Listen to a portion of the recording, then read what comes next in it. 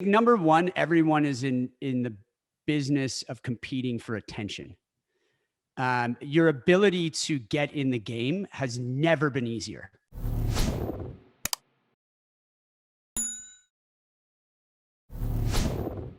Hey everyone, welcome to another episode of Perfectly Mentored. I'm your host, Jason Portnoy. My guest today is David Segal, the founder of DAVIDsTEA and Mad Radish. DAVIDsTEA, he grew it from a single store to over a $200 million brand. In 2015, it went publicly traded on the NASDAQ. And since launch, the brand has been featured in the Wall Street Journal, Women's Wear Daily, the Globe and Mail, Fast Company. David left and he started Mad Radish, a quick service restaurant concept. Just a crazy smart guy, and just the experience he has, the knowledge he's gained from building a behemoth of a brand and now exiting and starting another brand is crazy. You're going to want to tune into this one. You're going to want to listen to this one. He was named Canada's top 40 under 40, super smart guy. And I was super excited to have him on the show. Check it out. Absolute honor. David, welcome to the podcast. Thank you so much for being here. Thanks for having me, Jason. Excited to be here. For the listeners who, I think it's important to get some background on your entrepreneurial journey. You and I were just talking offline. I got a little bit of it, but why don't you tell us a little bit about your backstory and how you got started? Well, I've always been an entrepreneur. I love entrepreneurship. I love this idea of creating something from nothing. I had my first business. I had paper routes like all good entrepreneurs when I was really little, but I had my first business when I was 17, selling first aid kits door to door. I partnered with St. John's Ambulance. We gave them a portion of the proceeds. I hired a staff from my high school, and we sold these first aid kits. It's kind of one of these items that not a lot of people have in their home. And we did all right with it. It was great. I had jobs. I sold running shoes and I got paid commission. And I loved learning the art of why people exchange money for goods. And then I went to McGill. I got a bachelor's of commerce, but I minored in English lit so I could learn how to write, because I felt that writing is such a critical skill in life in terms of getting your ideas across. And when I graduated, I started a company called Fitting Room Central. While most of my friends were off going to Goldman Sachs or Procter & Gamble to have entry-level jobs, it just wasn't for me. I needed to carve my own path. So I'd grown up in understanding the clothing business and selling running shoes. And I realized I had this company. It was all about the fitting room in the clothing store, because I saw a treasure trove of information that could come out of the fitting room. And so I developed a system that captures what people try on in the fitting room. And the idea is that when you buy clothing, you do it in two stages. You first evaluate the look of an item on the rack, and then you evaluate the fit of the item on your body. Of course, when you go to evaluate whether that item was a success or not, you only have the sales data to go off of. So what I was trying to provide clothing retailers was a conversion rate out of the fitting room. How many items that got tried on got sold? And so you might have an item that got tried on a lot, but it didn't convert well. Well, people like the look, but they don't like the fit, versus an item that really didn't get tried on that much, but it converted great when it did. Okay, well, the fit was accurate, but there's something off about the look. And it was one of these ideas. And so I wrote all these handwritten letters, personalized letters to all the CEOs of every major clothing company you can think of, from The Gap to Les Wexner and Victoria's Secret to Macy's, to you name it. I probably approached them, and there's a high probability I've been in their boardroom. And I kept hearing the same phrase every time I would pitch this idea to them: interesting. And like, interesting is a great word in the classroom, but it's a terrible word in business. And it kept me in what I like to call business purgatory, this place between success and failure. That's, I think, the hardest place to be in business, where the sales cycle was long. They kept wanting to keep the dialogue going, and they kept wanting to involve different people: Sue from marketing, John from IT. And it was a complex sale in the organization, but it never really went anywhere. And the one, I did get a pilot project. I got one on Macy's at 34th and 7th in New York City. And it didn't go anywhere. And the reason it didn't work in the end, and I ended up moving on, is because the product was a nice to have, but not a must have. This was 2005. Companies were really getting the basics of their IT infrastructure in place in those days. Like, there were a lot of them didn't even have proper point of sale systems. And the data they were getting out of their point of sale systems was lacking or unstable or incomplete. And this just wasn't something that I think they had to do something with this information. And it was an example of what I like to call a great idea, but a terrible business. And the two are very different. So I moved on, and I needed a job at this point because I'd spent 3 years of my life in my basement trying to make this fitting room company work. And my girlfriend at the time, who's now my wife, was getting a little bit impatient with my big dreams and lack of paycheck. And so and quite frankly, so was I. I mean, it wasn't fun eating craft dinner all the time. So I I uh, I I didn't have a great resume at this point because I didn't go do those internships or entry level jobs at Procter Gamble and Goldman Sachs. So I was a bit late to the game in that regard. So I approached a cousin of mine. He's my dad's first cousin, who is an entrepreneur, had started Le Chateau. He's 50 years my senior. So he's quite a bit older than me. And I said, I need a job. I'll do anything. I think he paid me something like $35,000 a year at the time. I mean, and he was at that point leaving Le Chateau to look for small companies to invest in. So a form of private equity. And I figured, okay, I'm going to go into private equity. I was going to run around and help him look at these companies. So I bought a book. I bought one of Warren Buffett's books. I think it was the one written by Mary Buffett. I'm not even sure. There's been so many written about him and so many that I've read since. But I bought a book and I started looking at what Warren Buffett looks for in investments. I figure I'll learn from the best. And right around that time, we were looking at different companies. I went to a movie with my wife. We got tickets to one of the international the film festival. It was a movie on Emery, right off Saint Denis. You're a Montrealer, so you'll get the reference. And across the street is a very traditional style tea house. And in those days, that's what tea was. It was either very Asian or very British. And you felt like you had to know something in order to walk into these tea stores. And you felt like you had to whisper, right? Like it was this sacred sort of thing. And so I went in though, and I remember thinking how fun the experience was and how much variety there was. There's so much depth to tea, so many flavors, such a rich history. And nobody was doing it in a fun way, in a cool way on the main streets of the country. It was always sort of your grandmother's cup of tea, right? That was the branding of it. That, and it was a commodity in the grocery store. You'd walk into a grocery store and you'd have peppermint and English breakfast and chamomile and all the usual suspects. And of course, there's 10 varieties of peppermint and 10 varieties of Earl Grey, none of them with any kind of differentiated position other than a price point and a picture on a box. And so I walked into work the next day. I'm like, tea, we should do tea. I mean, not only that, but it fit the characteristics of a Warren Buffett business. This to me felt like, whereas my previous venture, I had a good idea, but a bad business. This one felt like a good idea and also a great business. Coming from fashion, here's a product now that has no size and no color, which reduces the complexity of it. It's less items to manage. It doesn't go bad like a turkey sandwich. You can operate out of really small spaces. Nobody's doing it in a specialized way, so there's room for margin expansion. And it was a fairly open terrain in the sense that there weren't a lot of really attractive brands on the marketplace that had captivated you and drawn you into their culture. And so I walked into work the next day. I'm like, tea, we should do tea. And they kind of looked, my cousin looked at me like I was a bit nuts. And then he thought about it and was like, yeah, this makes sense. And so we started looking for companies to invest in. And then when we couldn't find a great tea company to invest in, I turned to him or he turned to me, and we were just like, look, I'll do it and you'll back me. And it was a great combination of youth and experience. It got more complicated later on, as these things can once they're successful. But at the start, I mean, we made a good team. The way I like to describe it is, if I without him, I would have probably 10 stores by now, and without me, he'd have 0. So it was a really good match. But you knew nothing about tea, like.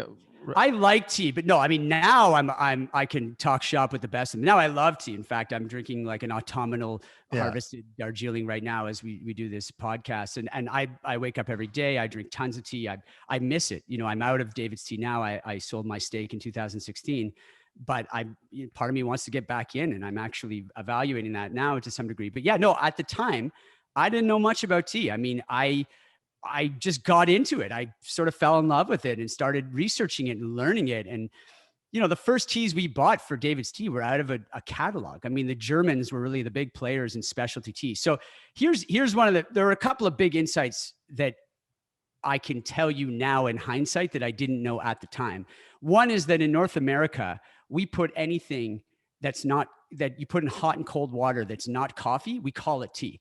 Tea is actually a very specific plant. It's the Camellia sinensis plant, and how you process it makes it different.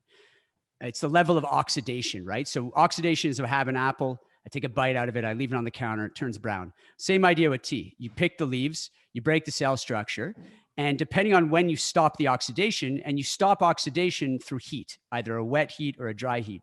So there's all these different techniques and processes around how to stop the oxidation.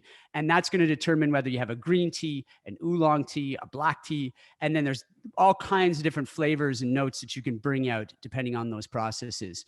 And we could have a 10-hour podcast just on the intricacies of how to. No, I'm just fascinated how you go into a business and build a business that you've built without knowing anything about it, right? Like we're always taught, what do you know about that? Like, well, how are you going to open up this business? What do you know about that? And I'm sure you probably dealt with it when you told people I'm going to open up a tea shop. They're like, what do you know about tea?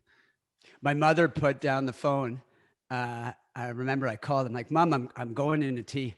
And my dad's name is Mel. And she puts down the phone. She goes, Mel, he wants to do tea now.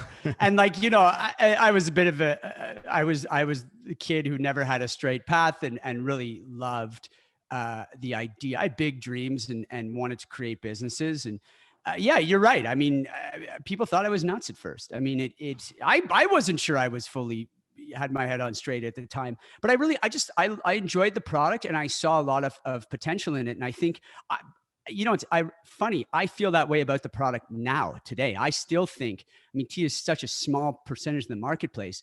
I still think there's so many people who don't realize it's so much cooler than coffee in a lot of ways. And the tea we drink now, which is the tea that David's Tea helped to commercialize, is really not tea. So going back to this idea that tea is the Camellia sinensis plant and that we actually call anything you put in hot and cold water that's not coffee tea. Well, what's big? What did David's Tea make popular? It made popular things like Forever Nuts, which is apple, almond, and beetroot, and it turns pink in your cup.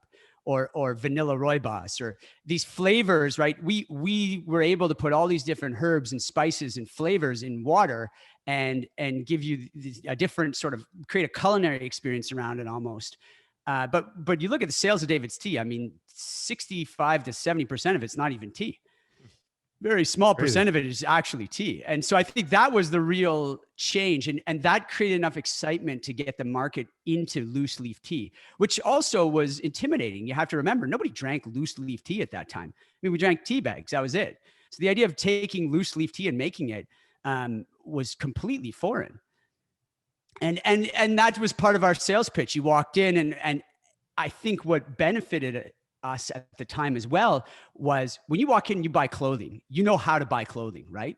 So when you walk in, so the types of people that work in retail tend to be type A, theatrical. They're extroverts, and nothing turns them off more than when they walk up to you and say, "Hey, welcome to the Gap," and you go, "Just looking." Right. And that's what they hear over and over again. And of course, management is turning around and saying, you got to engage with the customer, you got to sell, right? But the customer doesn't want you to talk to them because they know how to buy clothing. They want you to bugger off. When you walk into a tea store in 2008, you don't know a thing about it. You walk into this bright environment with all these colors and these flavors and these people at a counter smelling tea. And you're like, my God, what is this? So now these extroverted people, they want to work at David's Tea because it's like putting on a play, right? It's theater. Is this your first time drinking loose leaf tea? Yes. Oh, come with me. I got to show you how you do it. And now you're showing the various infusers and you're smelling the tea and you're having a great time with the customer and everybody's all smiles. So I think that was what we did well. We created this theater in the stores. We got people into loose leaf tea. We made it this new fun thing that you could get into. And then it had this viral component that we didn't consciously think about, but was just a huge bonus, which is that when you walked out of the store and you had all these teas, you then went home and you recreated that experience, that same store experience for your family, your friends, or your colleagues, right? You come over to my house. I'm like, Jason, you want a tea? You're like, sure. I'm like, oh, well, check it out. I got this one. I got this one. I got this one. And now you're smelling those teas in the package. I mean, I'm getting you hooked, right? I'm engaging your senses. You're like, what is this? So that's sort of how it started. And it really grew from there. And we got better and better at it. Crazy.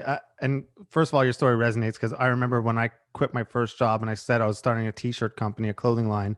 First thing my mother said was, clothing? What do you know about clothing? Like, and everything I did when I started the agency, it was everything. You should have just went to law school. You should have went to law school. But I've always been the type of person that marched to the beat of my own drum. I never, like, all my friends were either going to become doctors or going to law school or going to take other jobs. And I was just always trying to figure out what business I wanted to build.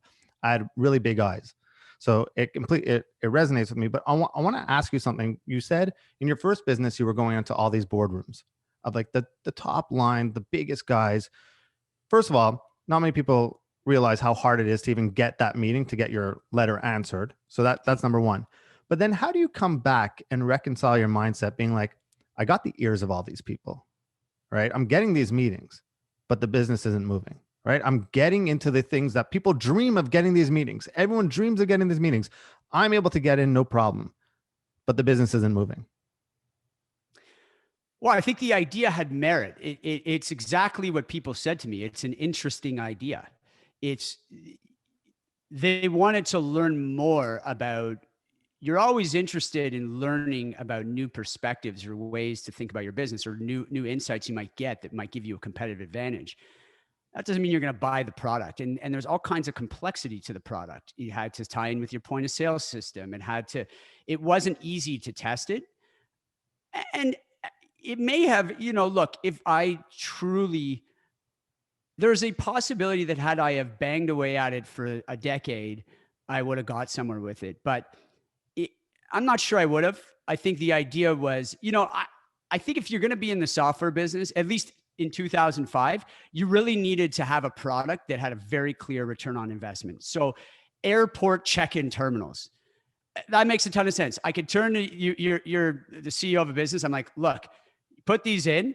Air Canada, you put these in, you get to cut your staff by 20%. The system costs you $3,000 a piece. You save $30,000 a piece. Bang. I mean, it's when can you deliver? Not interesting, but when can you deliver? And I think it lacked that. And at a certain point, I could have pivoted within the space, but and it's very tough to know when to walk away and when to double down and because you're getting these meetings. So that's absolutely. Like they're interested. Am I missing something? Is there a business here that I'm missing? Because they're all saying it's interested and I'm getting their attention. Like, to walk away is a very hard decision because it's like, I almost rather no meetings and them say, oh, this is an awful idea. Okay, cool. Thanks for letting me know. I'm going to walk away because no one's interested. But now you're getting the ears of all these people. That's what I was trying to ask is, how do you know when to just like, okay, well, they're great. I'm getting the meetings, but they mean nothing. Well, I mean, I ran out of money. That's part of it too, right? Like you eventually, you got to, I mean, you get meetings, but you got to remember too, like companies are always guarded about their infrastructure and always will be, but they were even more so guarded about their infrastructure in 2005. Implementing software has gotten dramatically easier to do in the past 15 years than it was then. So it was a different world. And I mean, companies still had big IT departments. Companies had server rooms. Very few companies have server rooms nowadays. Retailers, certainly, you'd be crazy to have a server room in that sense, in the way they did back then. And so it was a complex sale. It wasn't enough to just sell the CEO. It wasn't enough to just sell the marketing person. It wasn't enough to just sell the IT person. You had to sell 10 people within the organization to get them to commit to this. And it involved a lot more people in order to implement the system. And it wasn't compelling enough, I think, for people to do that. And it probably would have been a great product in a company that already sold point of sale systems and already had a very established customer base. And my personality was more dynamic than that. I needed more action, and I loved selling, and my roots were in retail, and I kind of wanted to get back to them. And so, I mean, I spent a fair amount of time trying to sell that system, fitting room system to all these people. But the skill you're describing was sales skills. So I just decided to apply those sales skills elsewhere. So then it goes from a sales skill to now a pitch skill, and not just a pitch skill now to a regular Joe. It's now to the biggest names in boardrooms. Right. So what lessons did you learn from being so young and going into these boardrooms and having to pitch like boards of your idea that you brought with you for the rest of your life? Well, if you want a meeting, you got to do something different than most, and you got to personalize it, and you have to make a connection. It's not, a lot of people would send a mass email or or a general solicitation to these people. I mean, I went very personal. I wrote it by hand, which was different. It wasn't an email. It was a handwritten letter. I made sure my story, I think resonated. I went right to the entrepreneur. So you want to pick the person, you pick your beachhead within these organizations, right? Like pick the person that's most going to likely to identify with you. So I knew that these CEOs were likely to identify with this young, ambitious kid who was trying to make a go of it. My letters were short and to the point. Nobody wants to read. Nobody reads. If it's too long, not going to read it. People, just as a general statement, nobody reads. And at least they're not going to read any further than your first few lines if they're not very compelling. And there's an expression. I'm sorry I wrote you such a long letter. I didn't have the time to write you a short one. Yeah. So you got to have your shit together when you write people like that, and make sure that it's very clear what you're selling and what your value proposition is. And I think when you do that, you pique their interest, because there's a lot of communication, but there's not a lot of quality communication, and quality communication will always stand out.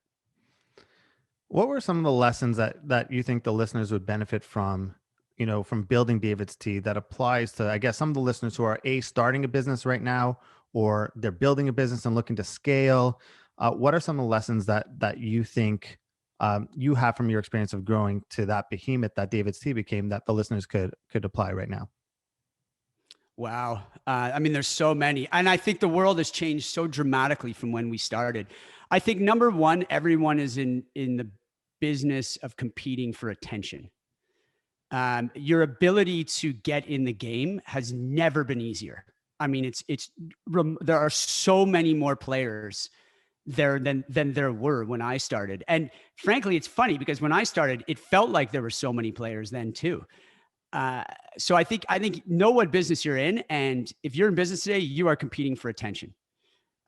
Every business is a media business nowadays. And so I think that's number one.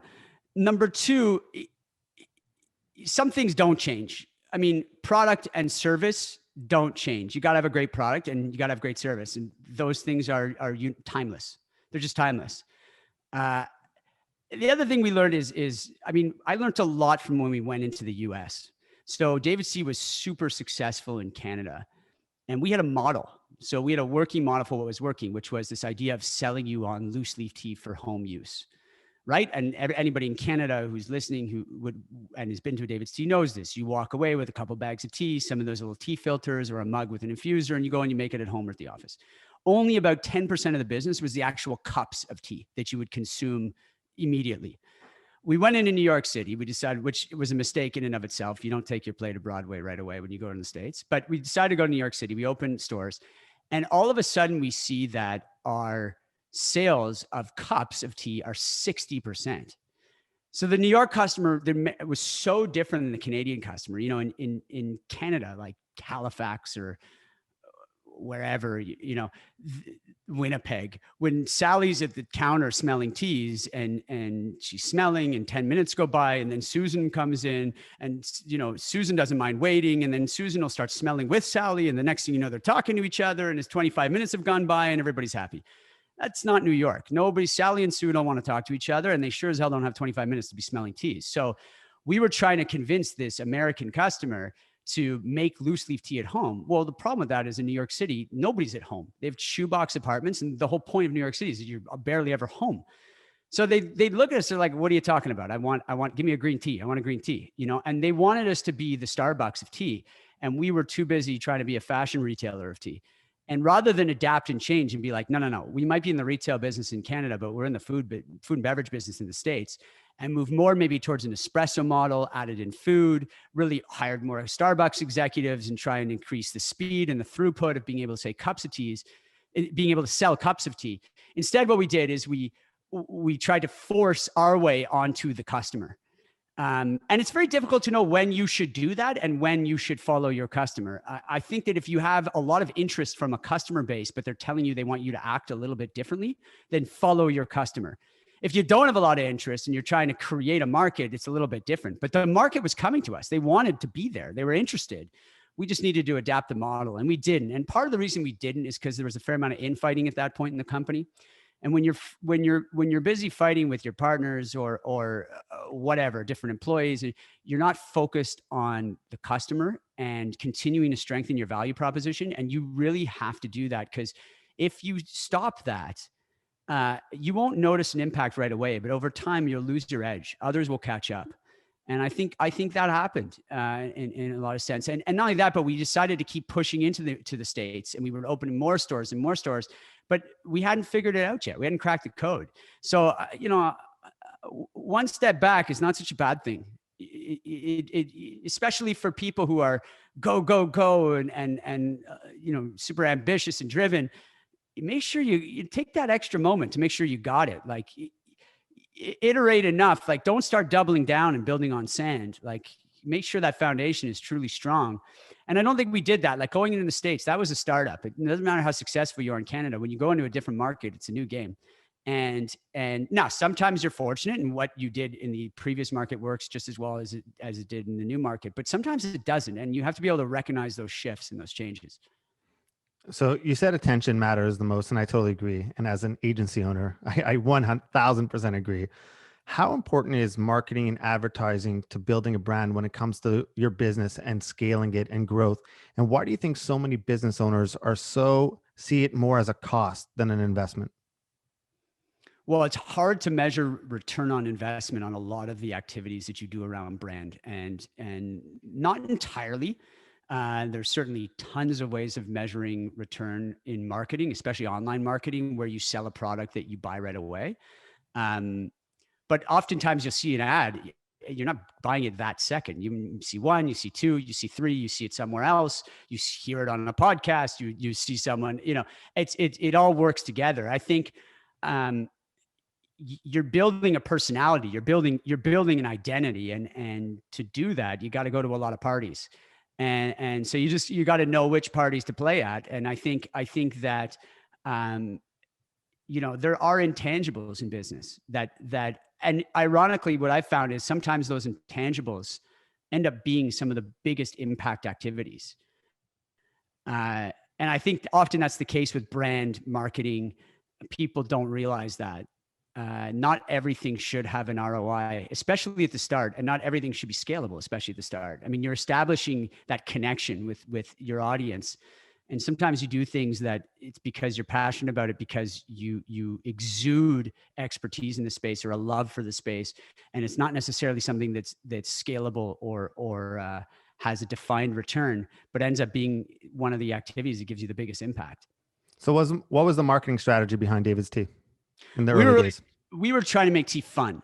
And I think we did that quite successfully. It was very colorful. It had a youthful vibe to it.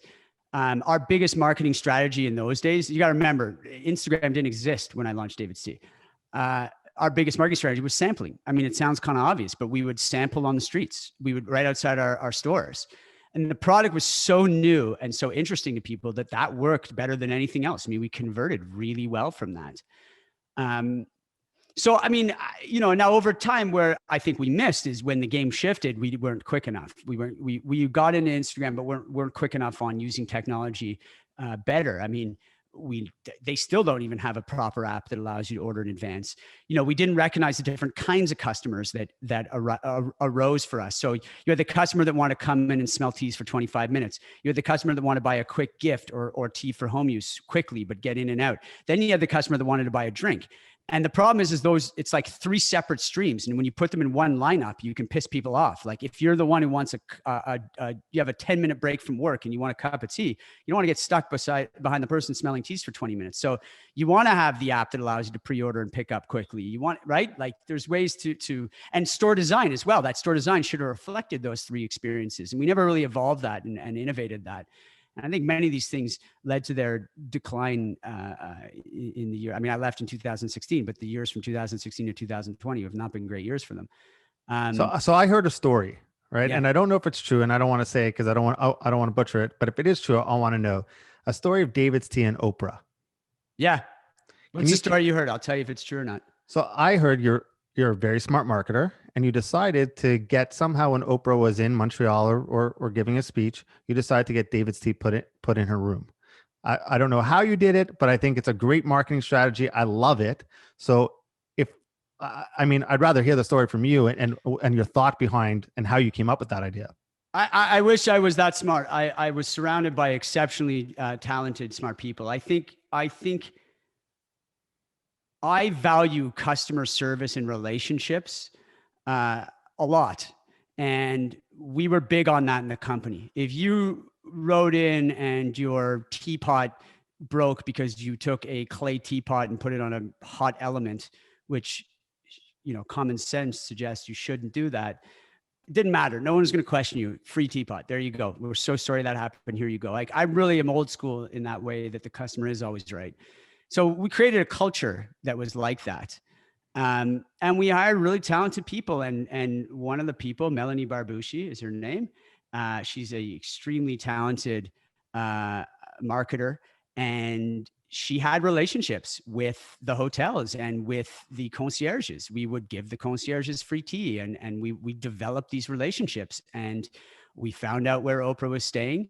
She did. And she spoke to her contact and was able to place tea in Oprah's room. And Oprah loved it and started talking all about it in Montreal.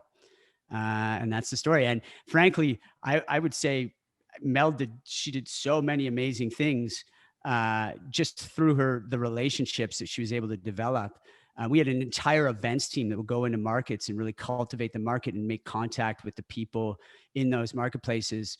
And that's what building community is, right? It's not about online, offline. It's both. And about not being able to measure the ROI, right? Like, no, we never could, but it was one of the smartest things we ever did. I mean, our events team would go out and look, you got to get your product out there. You need people to try your product. You need people to talk about your product. And there's no magic formula to that. You try things, you assess, and then you double down on what works and you cut what doesn't work. That is the approach. Frankly, in all businesses. I mean, if you're not trying new things and learning from them, what you stand for as a business shouldn't change, but how you do things should never stop changing. So I'm curious in today's era, now that you have all these tools that are available for you, if you could go back in time and you were starting DAVIDsTEA again, do you think it would be way easier for you? And you're just like, man, if I had the technology we have now, it would just be, forget a couple $100 million. We'd be $1 billion company quickly. Or do you look at it and be like, I don't think I would have done much differently? I would have done it very differently. I don't know, easier or harder, I'm not so sure. I think it would have been easier. I think today it's easier to get to, $0 to $5 million. I think it's harder to get to 500 million or 50 million. I think there's just a lot of noise today. At the same time, there's a lot of tools that allow you to get started quickly. It's funny you say that. I mean, my venture that I've started since DAVIDsTEA is Mad Radish, which I'm super passionate about. We have 3 brands that we operate out of one space. We have Mad Radish, which is a healthy bowl concept, big international flavors, things like piri piri chicken and Santa Fe and which is a Mexican dish, and all these different flavors and sort of healthy eating. Then I have Louisa's Burritos and Bowls, which is authentic South American ingredients. And then we did Revival Pizza, which is a modern take on Neapolitan style pizza. And all of them share this sort of gourmet fast foods, which is really, we're trying to change people's relationship with fast food and elevate fast food and make it so that you can have food quickly, but also have it be incredibly delicious and make you feel great. So I have this business. We've opened 6 of them. Obviously, owning a restaurant business in pandemic has been extremely challenging. We're opening 2 more suburban stores on the outskirts of Ottawa. Um, and we're continuing to grow that, and I've built a really good team around that. But I'm looking to do other projects. I mean, I love entrepreneurship, and I love tea. And one of the things I'm sort of debating with is, do I take another approach to tea? And so I'm having myself to grapple with whether it's tea or something else, how you would go about starting a business today. And I think the biggest difference today is that you put your marketing resource. You have to become a media company. You really do. I mean, you didn't have to do that back then. In fact, you couldn't do that back then. The tools just did not exist. Video marketing was in its infancy. I mean, social media was in its infancy. It just, brick and mortar was super important. I mean, when I launched DAVIDsTEA in 2008, we had an e-commerce presence. We had an online store, but that was I was ahead of that was not common. It wasn't obvious that I would do that. Right. And it was a small portion of sales. I mean, it was 2% of the sales for the first 2 years, let's say. Whereas now DAVIDsTEA probably do $100 million of business this year online. I mean, it is. So, I mean, that has really changed the game and how you go about the business. And I think you have to prioritize the digital experience. It's whereas in the past, the store was the distribution point. Now the store is the discovery point, perhaps. But distribution is online. You're not going to have a lot of stores. You're going to have flagship stores where you can create experiences and ways for people to connect. I still believe that brick and mortar will come back. And I still believe that a lot of online brands will have a physical presence. But if you're not prioritizing your digital experience, and if you're not connecting with people where they are, which is on their phones, you're not in the game. And that was very different in 2008. Totally agree. And it's fascinating listening to another entrepreneur talk about it because, I mean, you said it perfectly. Everything you say is what I agree with. But I got a question about your entrepreneurship, right? So entrepreneurship has become cool. I think very few people are actually entrepreneurs. I think they're fascinated with the lifestyle that's wrongly portrayed on social media of what an entrepreneur is. I believe personally, I was born an entrepreneur. I couldn't work for someone else. I don't like authority. I don't like asking for permission. I didn't do well in school from that standpoint. Wanted life on my own terms, but also wanted accountability because I think everyone wants life on their own terms, but they don't want to be accountable for it. I like it all on my shoulders. I learned to manage the ADD, the highs, the lows, the really low lows. And I guess the biggest lesson I've learned is how lonely it could be, the journey of entrepreneurship. All that being said, I'd love to know is 1, do you believe you could teach someone to be an entrepreneur? 2, I'm very curious what you define as an entrepreneur and your take on the current landscape of entrepreneurship. I mean, it's definitely become hot. Where entrepreneurs are like movie stars now. It's been romanticized, and it's anything but that. You're absolutely right. It can be very lonely. It is. I mean, my favorite expression is, "It took me 10 years to be an overnight success." It is hard. I mean, you have to stomach failure. You have to.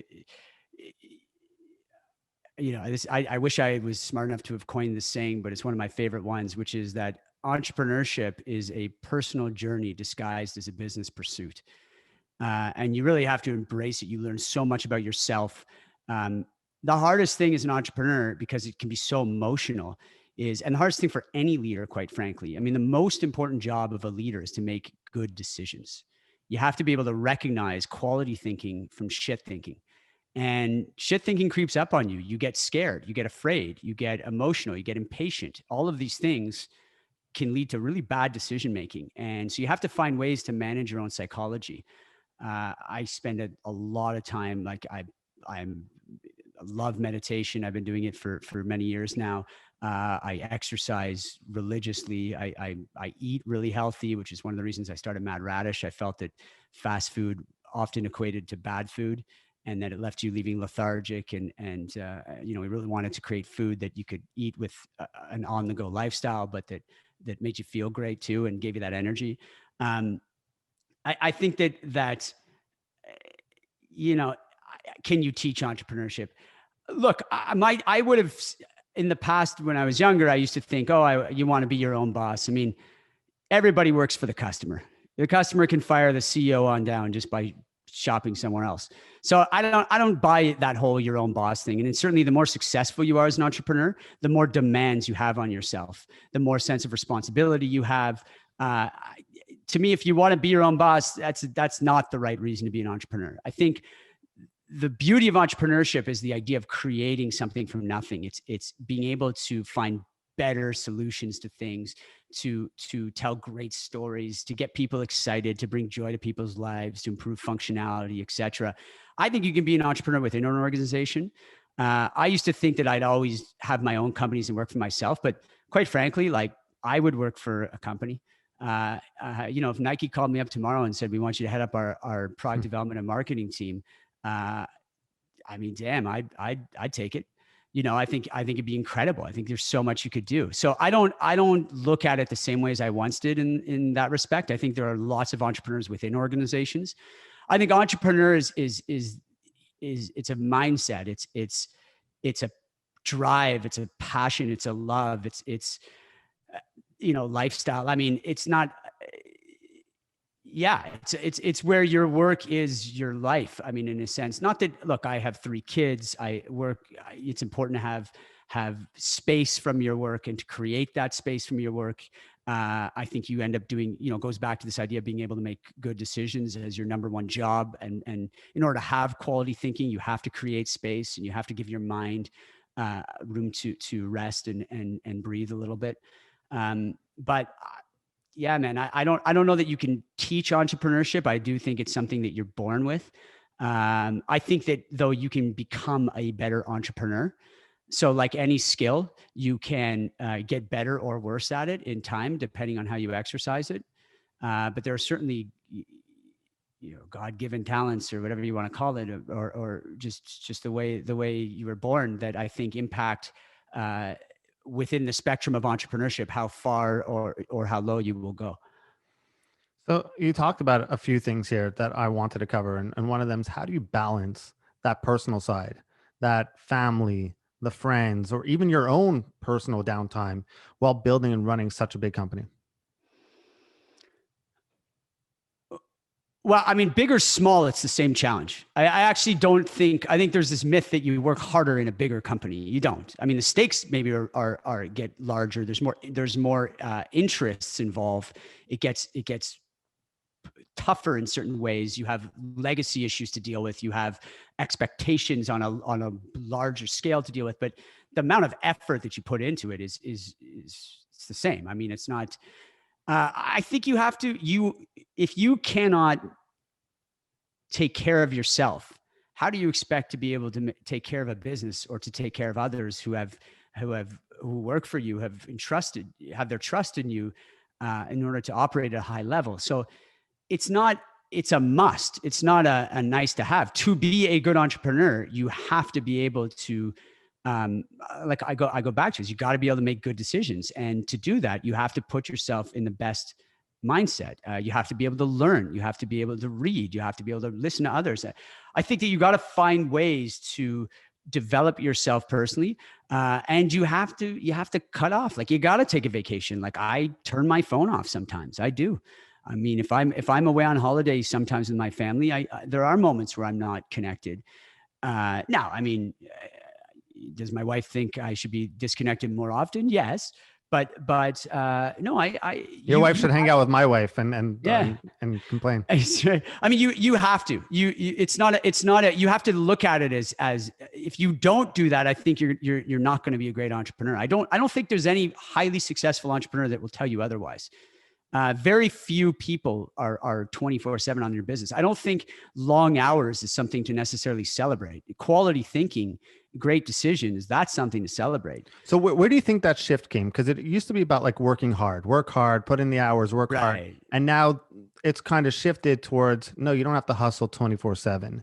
Like you need your downtime, you need your breaks, you need to do all that. When do you think that shift happened? Well, I think we're learning. I think that we're learning how to be more productive. It's not about how much, it's about how well. And it's about focus. I mean, how do you make use of the time you actually have? to have focus, you got to have your head on straight. You can't be ruminating constantly, worried about things that are outside your control, and to move your mindset towards a mindset of calm and focus, you have to work at that. That doesn't come naturally. Um, no, certainly not for me. I mean, neurotic Jew, it doesn't work that easily. You know, you got to work at that stuff. I'm fighting genetics there. So, yeah, I mean, I drink tea, not coffee. I don't want the jitters, and I want a steady hand. I mean, I exercise a lot. I burn stress that way. I do a lot of mindfulness so that I can learn to not ruminate and let my thoughts take over and control me. I like to write. I wake up in the morning. I spend 20 minutes to half an hour writing every morning. I find it helps me gather my thoughts for the day. I like to read. I make sure that I'm reading a lot and learning from other people. I mean, these things are part and parcel of being a So good do you entrepreneur. have a routine? Yeah, I mean, it's an ever. Yes, I have a routine. I have a routine. I have activities that I am committed to that I feel help me be a better person, a better father, a better husband, a better entrepreneur, that I am disciplined about doing. And I'm always tweaking that. I mean, I'm always adding in some new ones and trying some new ones, like I would in my business. I try new things. If they work, I double down on them. If they don't, I stop doing them. And I evolve and I change and I evaluate myself every single year, not day to day, but year to year. I mean, am I improving? What have I gotten better at? What have I not gotten better at? What do I need to work on? You know, that same effort that you put into your business, you got to put into yourself. It's going to help you in all aspects of your life. And I think that's the beauty of entrepreneurship is it teaches you to think that way. It gives you that, you know, I know it's cliche, but that growth mindset. Or that learning mindset. And it really does do that if you embrace it and you embrace it in all aspects of your life. So when I first started off, I've had tons of mentors and they'd all preach mindset. As a young kid starting a business, the last thing I ever wanted to hear was mindset. Just tell me tactical advice on how to grow my business. Now that I'm older and I have more experience, mindset's super, super important. So I'd love to know, how important is mindset towards all your success looking backwards? And what do you do to take care of that? Um, I think that, I mean, it's extremely important. The worst decisions I've made have come from a place of fear, uh, have impulsivity. And I think this is something that's taken me a long time to learn. Um, and I still have a lot to learn about it. Uh, trying Yeah. It's about awareness. You have to cultivate awareness. You have to know where you're at in your mindset. You don't, pause. You don't always have to make decisions quickly. And I think a lot of young entrepreneurs think that they have to make decisions quickly and they have to move. And you look at, like, Nike didn't invent shoes. McDonald's didn't invent burgers. I mean, I think too much is sometimes made of a first mover's advantage. Now it's a little bit different in software, but even or in tech, but like in pure tech, but even in tech, I mean, Google didn't invent, Netscape existed long before Google. Yeah, the expression pioneers get arrows, right? Yeah, sometimes they do. And so it's not always as big. I think that the idea of it being a foot race is sometimes overblown. And that's not to say that you wait for perfection. And it's not to say that you, but I think focusing on, when you go and you ask for advice and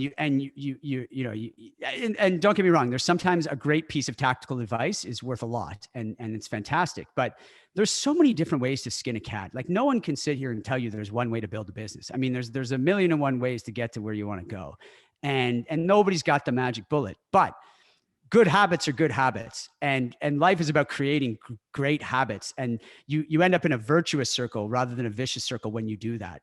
And so I think that again, like, what works for me may not work for someone else, but what worked really well for me was getting into mindfulness and committing to that and doing it every day. And it's one of these things where people try it. It's on trend right now, and they think it's about controlling your thoughts. And there's a lot of misconception as to what it is.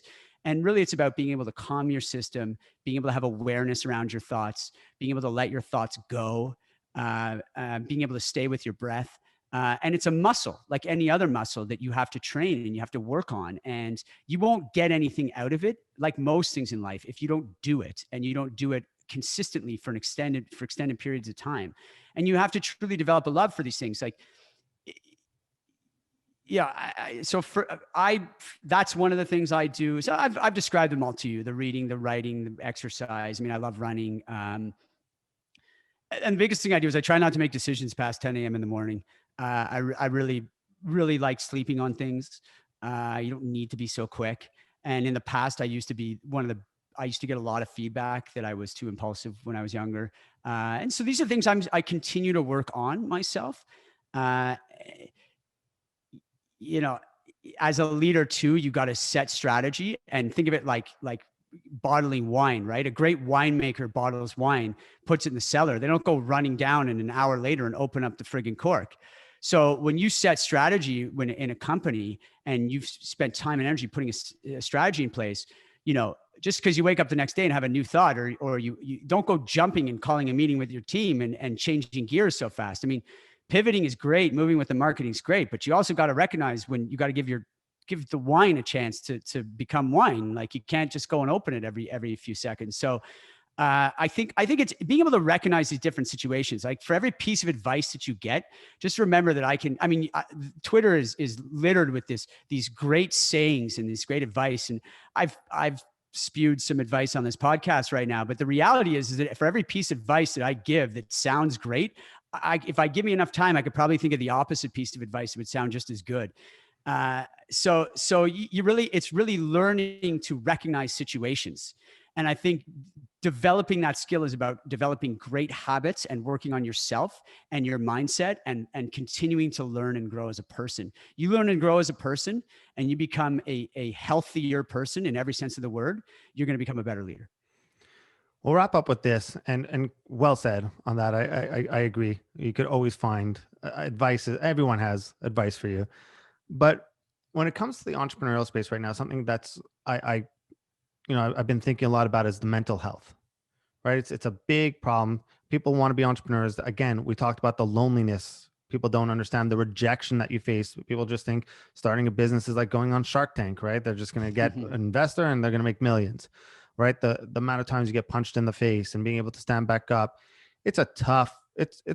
And a lot of people can't handle the rejections and the ups and downs. And that's why, there's a big suicide rate amongst entrepreneurs. So my question to you is, based off your advice or based off your experience from growing a huge company, if you could give one piece of advice to entrepreneurs now to help them get through that, to help them weather the storms, what would it be? You focus on what you can control. Don't stop ruminating about what you can't control. And I think we often do this. I'd say I'll give you three, actually, not one. You get more than you bargain for. I'd say the other thing is you got to be able, a great entrepreneur can set their ego aside. You have to be able to do that. I mean, there I think a lot stems from that. Look, when things aren't going great, it's usually one of three things. It's either ego, people, or product. And the first, ego, you gotta, is my ego getting in the way? The second, do I have the right people at the table? And the third, is the product the right product? Are we serving the right need? Is it, does it have a strong value proposition? But you really got to be able to not control, but know where your focus is. Are you focusing on what's within your control versus worrying about what's not in your control? And are you responding to the unknown? I think, look, every time you choose a positive action over a negative thought, you're injecting yourself with a dose of resilience. And I really come back to this. You've got to be able to separate those emotions when it comes time to make that decision. That doesn't mean that you shouldn't experience emotion, that you shouldn't sit with emotion, that all those things, you're never going to be able to stop emotion. It's who you are, but learn to channel it properly, learn to understand it.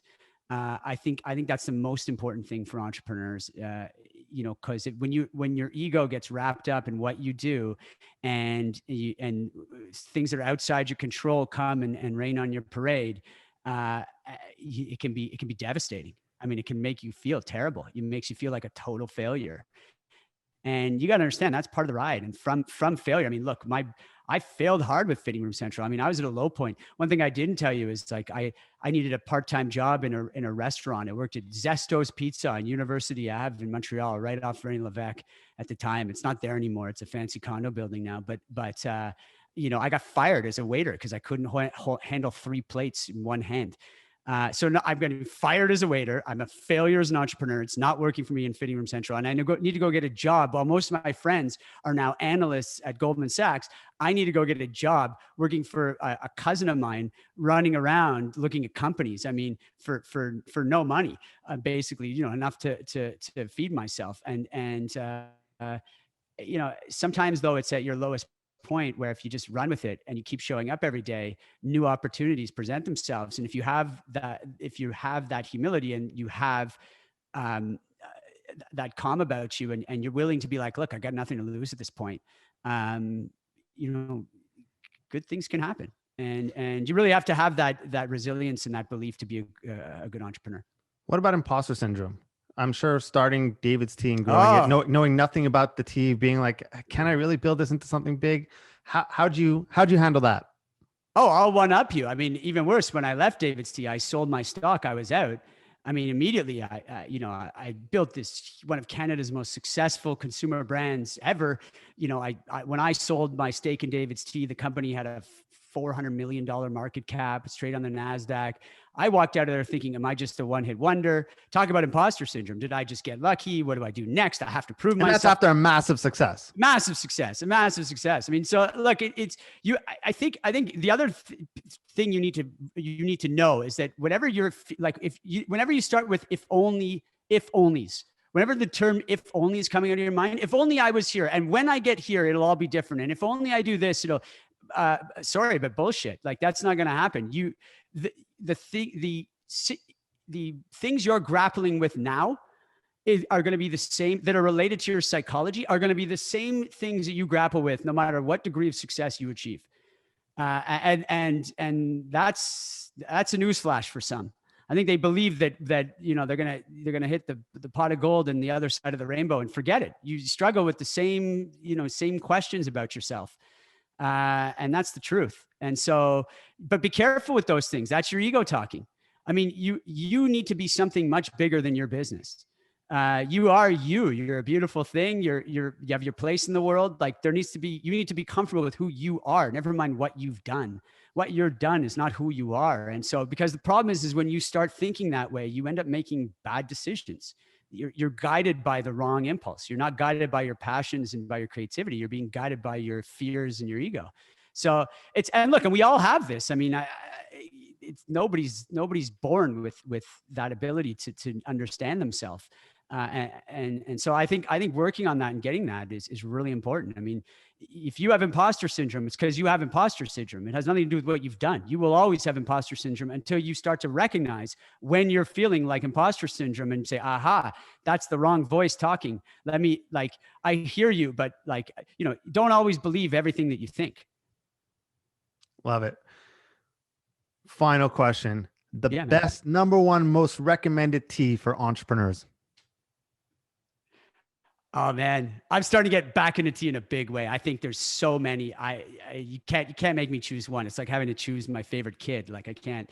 But I mean, there's so much to the world of tea. It's like coffee makes you all jittery, but tea is calm, gives you focus. Frankly, I think smart people drink tea. It's a hack that hasn't really been discovered yet. I love traditional green teas, Chinese and Japanese teas. The Japanese ones tend to be more steamed. They give a more vegetal taste.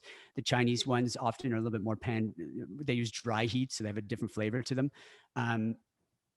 Oolongs are incredible. Oolongs are semi-oxidized between green and black. Not many people know about them, but you can steep them in it's called gung fu steeping, which is you get multiple infusions out of it and you steep them in these smaller teapots. And so you do multiple, every infusion gives you new flavors. They take these big tea leaves and they do different stages of stopping the oxidation. So they'll let it oxidize a little bit, partially stop it, let it oxidize more. They're anywhere between 20 and 80% oxidized. They'll put it in these big sacks behind these motorcycle and drive on it so that the leaf will start to crumple up in this ball. And then when you infuse it, it releases into this huge tea leaf.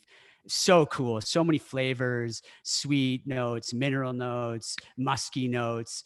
There's just so much. So I don't I mean, like this though. I'm not letting you cop out, so I'm going to give you a different answer. I'm going to give you a different question. one, I love Okay. Japanese green teas. I Okay. love Japanese green teas. Best tea for someone who wants to kick coffee. Matcha. I would say matcha is a Japanese green tea that's ground up into a powder that you actually digest the leaf itself. You whisk it into the water. I love it because it's powerful stuff. Like, don't have it on an empty stomach kind of thing, because it'll hit you. But matcha in the morning, it'll get you going. You'll be focused. You'll have energy. I just think, look, I think the world of tea is just so rich.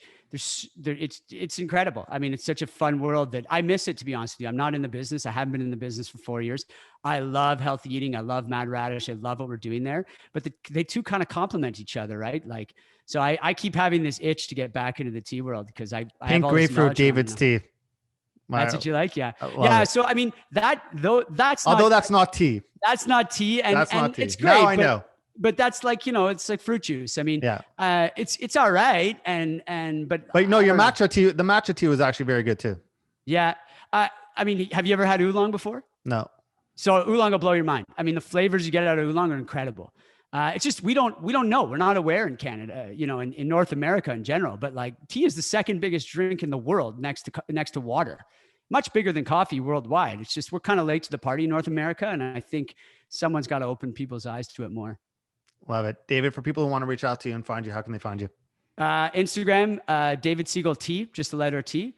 Twitter _David Segal. Awesome. Thank you so much for doing this. I really appreciate your time. Thanks for having me, Jason. Appreciate it.